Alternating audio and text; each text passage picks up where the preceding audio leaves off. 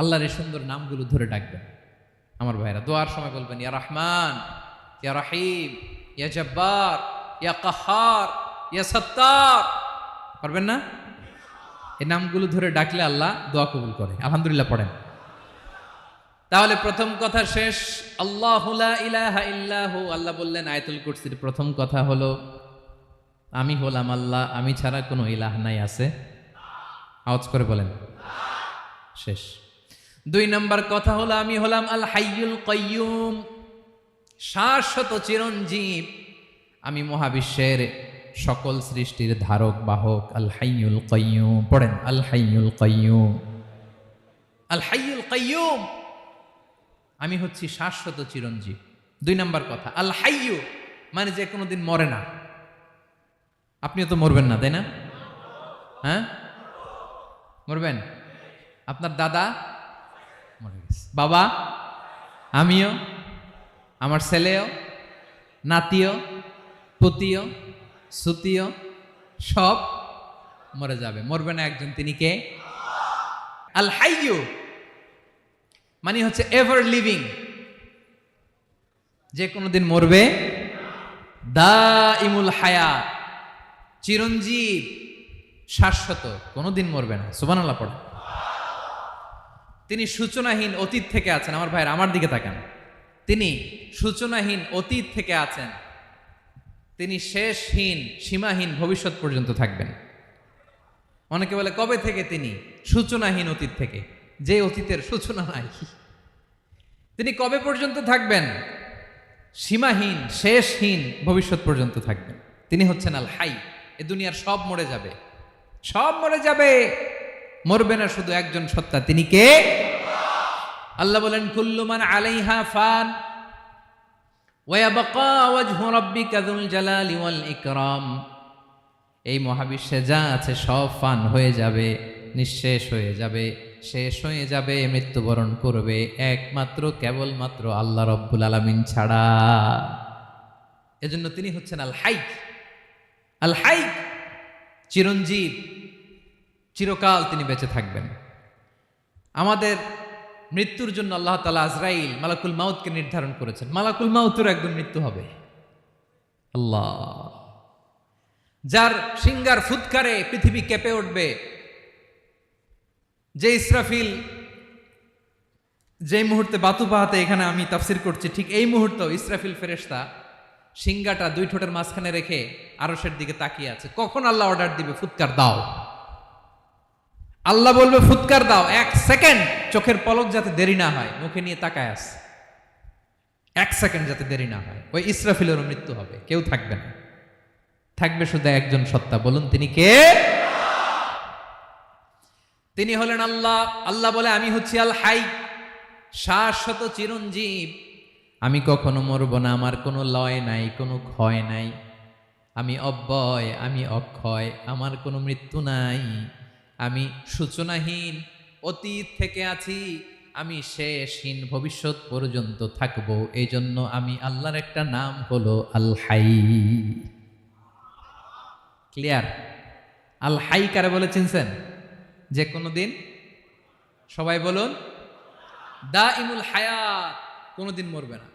আল্লাহ বলে আমার 2 নাম্বার আরেকটা নাম আমি বললাম আল কাইয়ুম। আল কাইয়ুম মানে স্বয়ং সম্পূর্ণ। স্বয়ং সম্পূর্ণ, কারো সাহায্য লাগে না। এরকম এদিকে কে কে আছেন দেখে হাত তোলেন। কারো সাহায্য লাগে না, আছেন? স্বয়ং সম্পূর্ণ এরকম কেউ আছি না? আল্লাহ বলে আসল স্বয়ং সম্পূর্ণ আমি আল্লাহ। কারো কাছে আমি মুখাপেক্ষী নই। গোটা বিশ্বের সবাই আমি আল্লাহর দিকে মুখাপেক্ষী, আমার দিকে ঝুঁকে থাকে, আমার দিকে হাত তুলে কাঁদে ফরিয়াদি। সবগুলো ফকির, সবাই আমার কাছে চায়। আমার আল্লাহ কারো কাছে চাওয়া লাগে নাকি? আল কাইয়ুম, তিনি স্বয়ং সম্পূর্ণ, কারো কাছে চাওয়া লাগে।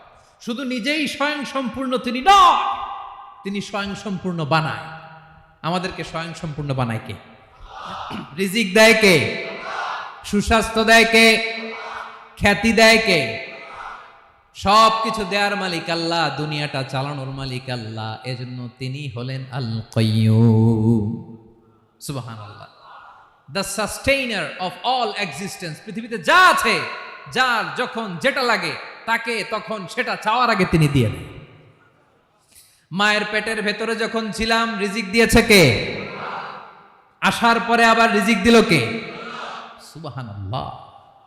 মায়ের পেটে একভাবে দিছে, আমার নাভির সাথে মায়ের জরায়ের কানেকশন, ওইটা দিয়ে 8 মাস 9 মাস আসার সাথে সাথে মায়ের পেট থেকে বেরোলে ওটা কেটে দেয়া হয়। এবার আমরা কাঁদি, আল্লাহ বলে কেঁদো না, খাওয়ার একটা লাইন ছিল, মায়ের বুকের ভেতরে এখন খাওয়ার 2টা লাইন দিয়ে দিলাম। আল কাইয়ুম দাইমুল কিয়াম, সব সময় যিনি, সব সময় সৃষ্টির কখন কিভাবে কোনটা লাগবে দেওয়ার জন্য যিনি প্রস্তুত, নিজেই স্বয়ংসম্পূর্ণ কেবল নয় মানুষকে স্বয়ংসম্পূর্ণ বানায়, তিনি হচ্ছেন আল কাইয়ুম। সুবহানাল্লাহ পড়বেন না? তাহলে 2 নাম্বার কথা হলো আল হাইয়ুল কাইয়ুম। আল্লাহ হলেন আল হাই, চিরঞ্জীব, আজীবন তিনি বেঁচে থাকবেন, তার কোনো লয় নাই ক্ষয় নাই। আবার তিনি আল কাইয়ুম, স্বয়ং সম্পূর্ণ, গোটা বিশ্বের সব কিছু তিনি রক্ষণাবেক্ষণ করেন, ঠিক কিনা বলেন? বিষ্ণু বলেছেন এই আল হাইয়ুল কাইয়ুম এটা হচ্ছে ইসমে আজম। এটা কি? যে ইসমে আজম দিয়ে দোয়া করলে আল্লাহ দোয়া কবুল করে, আল্লাহর কাছে কিছু চাইলে আল্লাহ দেয়। এক সাহাবী দোয়া করতেছে ইয়া হাইয়ু ইয়া কাইয়ুম, বিশ্বনবী বলে এই সাহাবী তো ইসমে আজম দিয়ে দোয়া করতেছে। তাহলে দোয়ার সময় বলবেন ইয়া হাইয়ু ইয়া কাইয়ুম, পারবেন? বলেন ইয়া হাইয়ু ইয়া কাইয়ুম। আল্লাহর এই দুটো নাম ধরে ধরে আল্লাহরে ডাকবেন, তাইলে ওই দোয়া কবুল। পারা যাবে? বিশ্বনবী দোয়াতে বলতেন ইয়া হাইয়ু ইয়া কাইয়ুম বিরহমাতিকা আস্তাগীথ আসলিহ লি শা'নি কুল্লাহু ওয়া লা তাকিলনি ইলা নাফসি তারফাতা আইন। ও হাইয়ু ওয়া কাইয়ুম, ও শাশ্বত চিরঞ্জীব আল্লাহ, আসলিহ লি শা'নি কুল্লা, আমার সব কিছুকে আপনি ফিক্স করে দেন, ঠিক করে দেন। এক পলকের জন্য, এক চোখের পলকের জন্য আমার কোনো কাজ আপনি আমার উপর ছেড়ে দিয়েন না, সব কাজ আমি আপনার কাছে সুপর্দ করে দিলাম। সুবহানাল্লাহ পড়ে। তাহলে 2 নাম্বার কথা, আল্লাহ শুধু আমাদের ইলাহি নন, তিনি হচ্ছেন আল হাই, চিরঞ্জীব, তিনি হচ্ছেন আল কাইয়ুম, নিজেও স্বয়ংসম্পূর্ণ, অন্যকেও রক্ষণাবেক্ষণ করেন। আলহামদুলিল্লাহ পড়েন। মাশাআল্লাহ। কয়টা কথা গেল? আল্লাহ তিনি ছাড়া কোনো ইলাহ নাই, তিনি শাশ্বত চিরঞ্জীব, তিনি সব কিছু রক্ষণাবেক্ষণ করেন। আমরা অবাক, আল্লাহ তুমি সব কিছু রক্ষণাবেক্ষণ করো, তুমি ক্লান্ত হও না? তোমার ঘুম আসে না? আমরা যদি 8 ঘন্টা কাজ করি, আপনাদের ডিউটি কয় ঘন্টা? 12 ঘন্টা। ঘুম আসে না রাতে? সারাদিন যখন কাজ করেন বিছানায় যেয়ে পড়লেই হায় রে কি আরামের ঘুম। আল্লাহ বলে ওয়াজআলনা নাওমাকুম সুবাতা, আমি ঘুমকে বানিয়েছি তোমাদের বিশ্রামের বাহন। আলহামদুলিল্লাহ। 12 ঘন্টা কাজ করে আবার 4 ঘন্টা 5 ঘন্টা ঘুমাইলেই আবার শরীরের ভেতরে এনার্জিটা দিয়ে দেয় কে? এবার আমাদের মাথায় প্রশ্ন জাগে, আল্লাহ তুমি চিরঞ্জীব, তুমি সব কিছু রক্ষণাবেক্ষণ করো, এত কাজ তুমি করো, এত কিছু তুমি দেখো, তোমার কি ক্লান্তি আসে না? তোমার কি ঘুম আসে না? আল্লাহ তখন বলেন লা তাখুযুহু সিনাতু ওয়ালা নাওম, আমি আল্লাহর চোখে ঘুম নাই, ঘুমের আগে যে তন্দ্রা, সে তন্দ্রাটাও আমি আল্লাহর নাই। নেভার স্লিপ নর স্লাম্বার ওভারটেকস হিম, আল্লাহর ঘুম নাই, ঘুমের আগে যে তন্দ্রা আসে ওইটাও নাই। একটা হচ্ছে গভীর ঘুম, এটার বলে নাওম, আরেকটা হলো সিনা, বৈশা আছি গাড়িতে ঝিমাইতেছেন, এরকম হয় না? পুরা ঘুমটা এখনো আসে নাই, কিন্তু একটু ঝিমুনি ঝিমুনি ভাব। আল্লাহ বলে ঘুম তো আমি আল্লাহর নাই, ঘুমের আগে যে ঝিমানি আসে ওই ঝিমানিটাও নাই। আল্লাহ ডেকে বলে গোলাম, আমি আল্লাহ যদি ঘুমাই, আমি আল্লাহ যদি তোদের মতো ঝিমাই, ভোর রাতে তুই যখন ঘুমিয়ে থাকবি তোর হার্ট, হৃৎপিণ্ডটাকে সচল রাখবে কে? তোর যখন রিজিকের দরকার তখন তোর রিজিক দিবে কে? তোর দেহের মধ্যে রক্তের সঞ্চালন করবে কে? ঝর্ণা থেকে পানি নামাবে কে? আকাশ থেকে বৃষ্টি ঢালবে কে? আল্লাহ যদি ঘুমাইতো সব ভেঙে খান খান হয়ে যেত। এখন আমাদের মতো আল্লাহ যদি ঘুমায়, আমার মাঝরাতে কিছু লাগবে, আমি যাবো কার কাছে? উনি তো ঘুমাইতেছে। কথা বলেন। আমার গভীর রাতে কিছু দরকার, তখনও আমার আল্লাহর দয়ার দরকার আছে না নাই?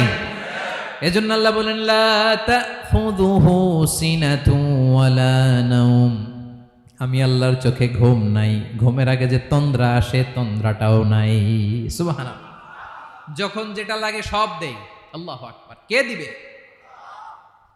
আল্লাহ যদি ঘুমাতো কে রক্ষণাবেক্ষণ করতো? কেউ ছিল না, কেউ নাই, ভেঙে সব খান খান হয়ে যেত, টুকরো টুকরো হয়ে যেত।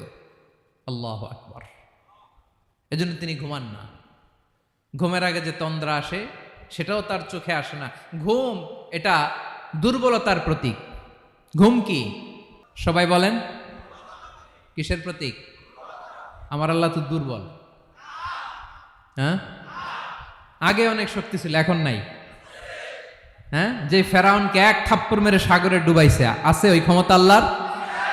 যে নামরুদকে ল্যাংড়া মশা দিয়ে দুনিয়া থেকে শেষ করে দিয়েছে, ওই আল্লাহর ক্ষমতা আজও আছে না নাই? আজও আছে, আজও আছে। ঘুম হচ্ছে দুর্বলতার প্রতীক। আল্লাহর ঘুম নাই। আল্লাহ যদি ঘুমায়, সূর্যের সাথে চন্দ্র লেগে, একটার সাথে আরেকটা লেগে সব খান খান হয়ে যাবে, ঠিক কিনা বলেন? তাহলে 3 নম্বর কথা হচ্ছে আল্লাহর ঘুমে ধরে না। কি ধরে না? কিন্তু তন্দ্রা ধরে নাকি? জিমানি জিমানি আসে। ঘুম নাই, ঘুমের আগে যে তন্দ্রা আছে, তন্দ্রাও